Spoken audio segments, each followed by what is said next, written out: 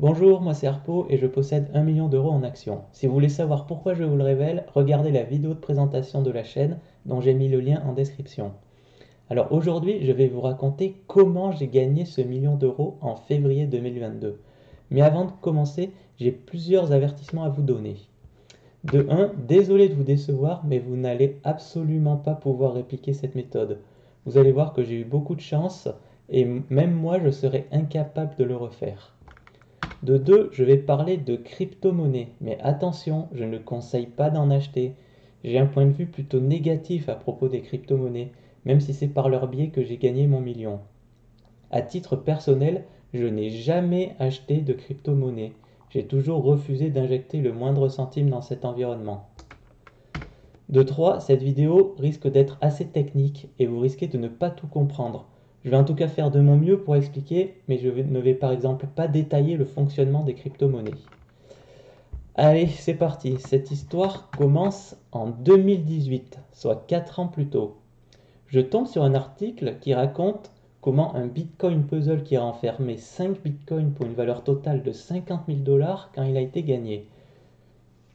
Pour en expliquer le principe, une peintre américaine dénommée Coin Artist avait caché la clé privée permettant d'accéder à ces 5 bitcoins dans la peinture que voici. Pour la déchiffrer, il fallait utiliser du binaire en prenant la couleur et la largeur des flammes entourant le tableau. Voilà, c'est un vrai tableau. Puis en faire un XOR avec des bits qui étaient représentés par ces rubans attachés à une clé. L'histoire de la résolution de ce puzzle avait fait beaucoup de bruit à l'époque, et moi je me suis dit, c'était loin d'être impossible à trouver quand même.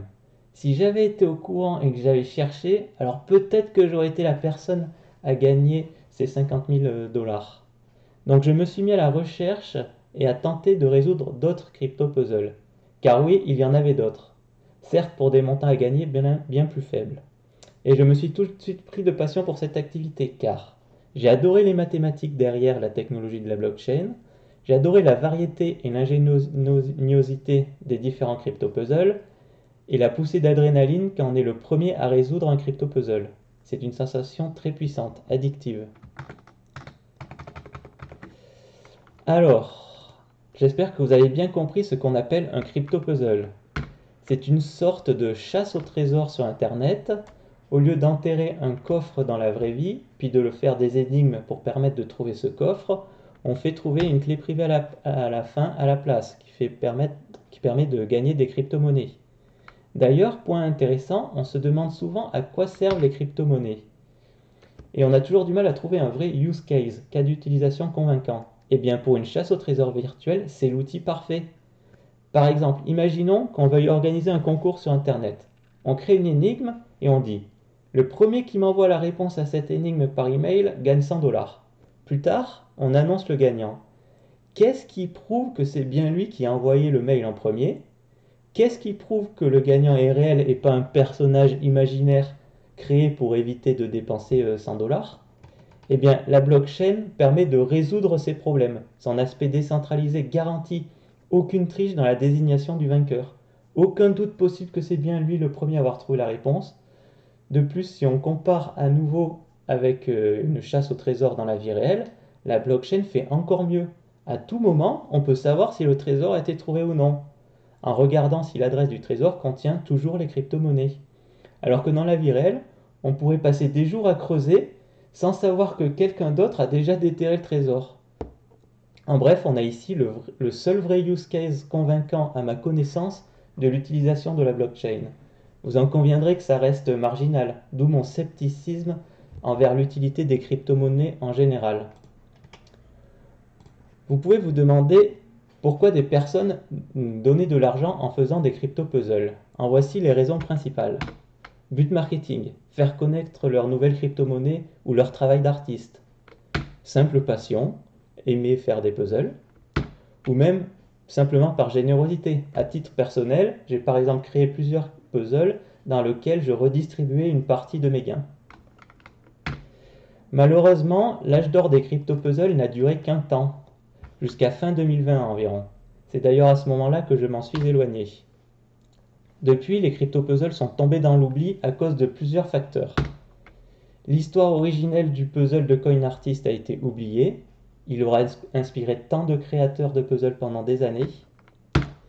De meilleurs moyens marketing trouvés, notamment les airdrops. J'ai toujours trouvé qu'un crypto-puzzle est un mauvais instrument publicitaire, car on ne veut jamais en propager l'existence, car cela amènera des concurrents qui pourront nous rafler la mise sous le nez. Donc c'est contre-productif. Les crypto-monnaies se sont démocratisées, s'adressent à un plus large public, et il faut l'avouer, les crypto-puzzles intéressent plutôt les passionnés d'informatique. Mon histoire. Alors j'ai passé la plupart de mon temps libre à tenter de résoudre des crypto-puzzles pendant ces 3 ans, de début 2018 à fin 2020. Début 2018, j'étais prof de maths dans un lycée, j'ai démissionné à l'été 2018, car je voulais devenir développeur. Comme je n'avais pas de formation de développeur et que j'ai toujours codé un peu comme passion, je me suis servi des crypto-puzzles pour améliorer mes compétences de développeur et aussi gagner un peu de crypto-monnaie qui aurait pu me servir pour ma retraite. C'est ce que je m'étais imaginé. Pendant un an et demi, je n'ai fait que ça, jusqu'à début 2020 où j'ai été embauché comme développeur. Ai-je résolu beaucoup de crypto-puzzles?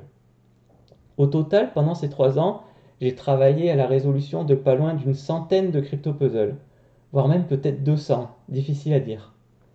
Au total, j'en ai résolu plusieurs dizaines, ce qui est une performance remarquable. J'avais ma petite renommée dans le milieu des crypto-puzzles. Il faut imaginer qu'il y en avait de toute taille, de toute difficulté, des petits faciles résolus en quelques minutes, où le plus dur était de trouver l'existence de ce puzzle en premier, et des gros qui ont mis plusieurs mois à être résolus. Donc moi j'y passais énormément de temps et j'ai développé des outils informatiques me donnant un avantage compétitif sur mes concurrents. Et j'avais aussi un esprit rationnel qui convenait. J'ai toujours aimé résoudre des énigmes, donc j'ai réussi à en résoudre pas mal les crypto-puzzles.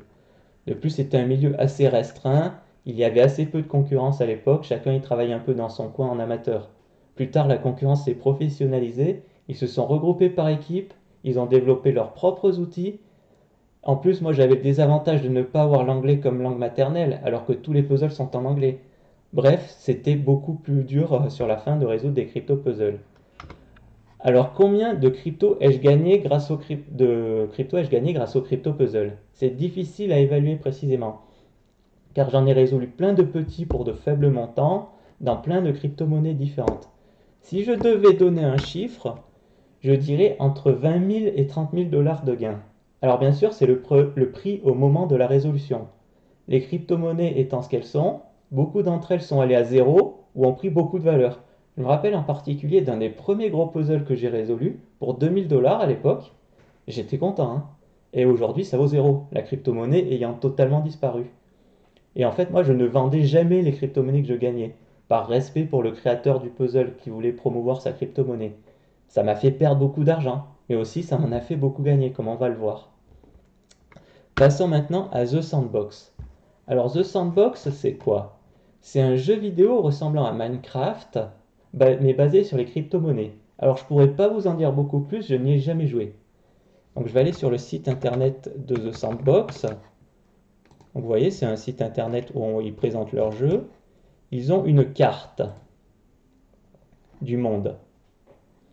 Alors sur cette carte, on peut être propriétaire de terrain sous la forme de NFT. Si vous ne savez pas ce qu'est un NFT, c'est un objet virtuel dans la blockchain. Vous voyez, chaque petit carré sur cette carte représente un terrain virtuel. Et le possesseur d'un terrain peut mettre l'image qu'il veut sur son terrain. Alors, moi, celui que j'avais, voilà. Alors, vous vous en doutez, si je vous en parle, c'est qu'ils ont créé un crypto-puzzle que j'ai gagné. Il y avait un terrain à gagner, c'est celui-ci. Un terrain 12 par 12, c'est-à-dire 144 petits terrains en tout, pour une valeur à l'époque estimée à 5000 dollars. À l'heure actuelle, si on clique dessus, il est en possession de Cynic Lee, la personne à qui je l'ai vendu par la suite. Alors ce crypto-puzzle, il avait été nommé The Moonsail Treasure Hunt. Vous tapez Moonsail Treasure Hunt sur Google, vous allez tomber dessus. C'était la chasse au trésor organisée par The Sandbox en juillet 2020. Ça, c'est un article récapitulatif de la chasse au trésor. Vous voyez, le terrain était estimé à l'époque à 5000 dollars. Alors, il fallait trouver 12 mots en anglais. Les voici, les 12 mots à trouver pour gagner ces terrains. Chaque mot devait être deviné par une mini-énigme en 2 parties, comme ici, riddle, clou. Alors il y avait des mots où la réponse était évidente, d'autres où il y avait plusieurs réponses possibles qui pouvaient convenir. Et dans ce cas-là, c'est un cas classique dans les crypto-puzzles, j'avais développé des outils pour tester des milliers de combinaisons de mots par seconde, ce qu'on appelle faire une brute force. Au cours des années, j'étais devenu de plus en plus rapide pour garder un avantage compétitif sur la concurrence. Au début, j'avais un simple script Python sur mon ordinateur portable, puis j'étais passé à du code compilé en C que je faisais tourner sur des CPU dans le cloud Amazon, sur plein d'ordinateurs si vous voulez, et j'ai fait encore mieux sur la fin. Donc en 2020, là on est en juillet 2020, on est en plein dans la pandémie du Covid. Je m'étais donc acheté un ordinateur fixe pour télétravailler. Et je l'avais pris avec une carte graphique, très important, pas pour jouer aux jeux vidéo, pour pouvoir utiliser sa puissance de calcul pour faire ce genre de brute force. J'ai appris à coder les cartes graphiques, ce qui est très différent du codage traditionnel. Ça tombait bien, j'avais du temps disponible en étant confiné chez moi. Et juste avant ce puzzle, j'avais fini le programme pour le faire. Il était extrêmement rapide.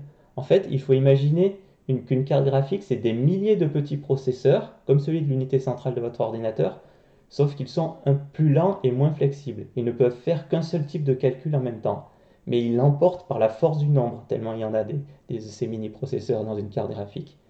Et grâce à cela, j'ai pu remporter le trésor, même en ayant 2 mots que je n'avais pas trouvés, juste en les testant au hasard. Alors, comme on peut le voir dans la blockchain Ethereum, j'ai récupéré le trésor exactement le 17 juillet à 17h46 heure française. Je me rappelle très bien. On était sorti du premier confinement, j'avais lancé le programme le matin avant d'aller travailler pour qu'il tourne toute la journée. Je finissais à 17h, puis 45 minutes de transport, et arrivé chez moi, je récupérais directement le trésor. Voilà la petite histoire. Dans l'article récapitulatif de la chasse au trésor écrit par The Sandbox, vers la fin, ils ont mis mon adresse, l'adresse du vainqueur. Voilà, voilà ici mon adresse, avec une petite interview que j'avais donnée. Voilà, on voit le nom du vainqueur, Harpox. J'ai enlevé le X depuis pour m'appeler Harpo. Et je peux facilement prouver que c'est bien moi le vainqueur. Alors en cliquant sur l'adresse, on tombe sur l'adresse Ethereum du vainqueur, et on voit qu'il y a eu une transaction il y a 1 heure, alors qu'il n'y avait pas eu de transaction depuis 790 jours sur cette adresse. J'ai fait cette transaction juste avant de lancer la vidéo, où j'ai envoyé 1 millième dette à une adresse Ethereum fictive. Si on copie cette adresse Ethereum et qu'on la colle dans un convertisseur d'hexadécimal en chaîne de caractères, et voilà, on tombe sur Harpo et 100 millions. C'est bien moi qui ai envoyé cette transaction, qui suis le possesseur de cette adresse Ethereum. Voilà. Donc je vous mettrai mon adresse Ethereum en commentaire de la vidéo si vous souhaitez le vérifier par vous-même. Alors je reviens à la présentation. Alors après cela, j'arrête progressivement de m'intéresser aux crypto-puzzles et aux crypto-monnaies en général, et ce pendant 1 an et demi.